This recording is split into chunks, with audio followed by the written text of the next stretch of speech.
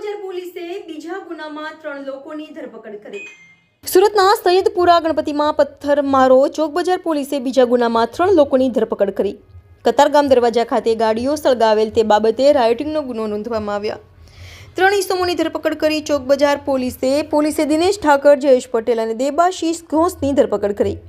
બબલમાં ઉશ્કેરાઈને 2 વાહનો સળગાવેલ હજુ બીજા આરોપીઓને પકડવા વધુ તપાસ શરૂ કરી। કતારગામ કુબેરનગર વિસ્તારમાંથી આરોપીને ઝડપી પાડ્યો। રિપોર્ટર નૈતિક રેશમવાળા, અભિક્રમ ન્યૂઝ। આપ જાણો છો તેમ લાલગેટ પોલીસ સ્ટેશન વિસ્તારની અંદર 8 અને 9 તારીખની વચ્ચેની જે રાત હતી એમાં થોડોક રાયોટિંગનો ઇસ્યુ થયેલો હતો, જેમાં લાલગેટ પોસ્ટે ખાતે અલગ અલગ 3 ગુનાઓ દાખલ થયેલા હતા।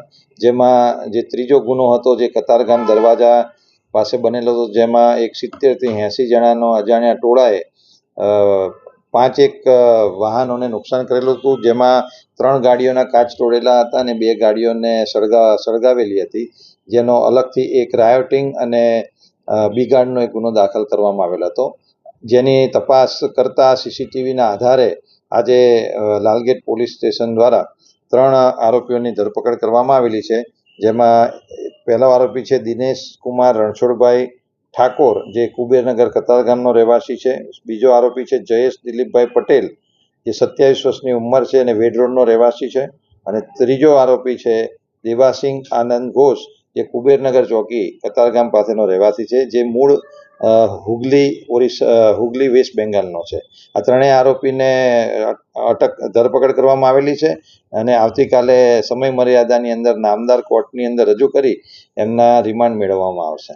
અને આ જે સીસીટીવી ફૂટેજના આધારે આ 3 આરોપીઓની ઓળખ કરી એમની અટક કરવામાં આવેલ છે। એ હવે તપાસનો વિષય છે કે આ લોકો કયા ઉદ્દેશથી અહીંયા આવીને આ કૃત્ય કરેલું છે।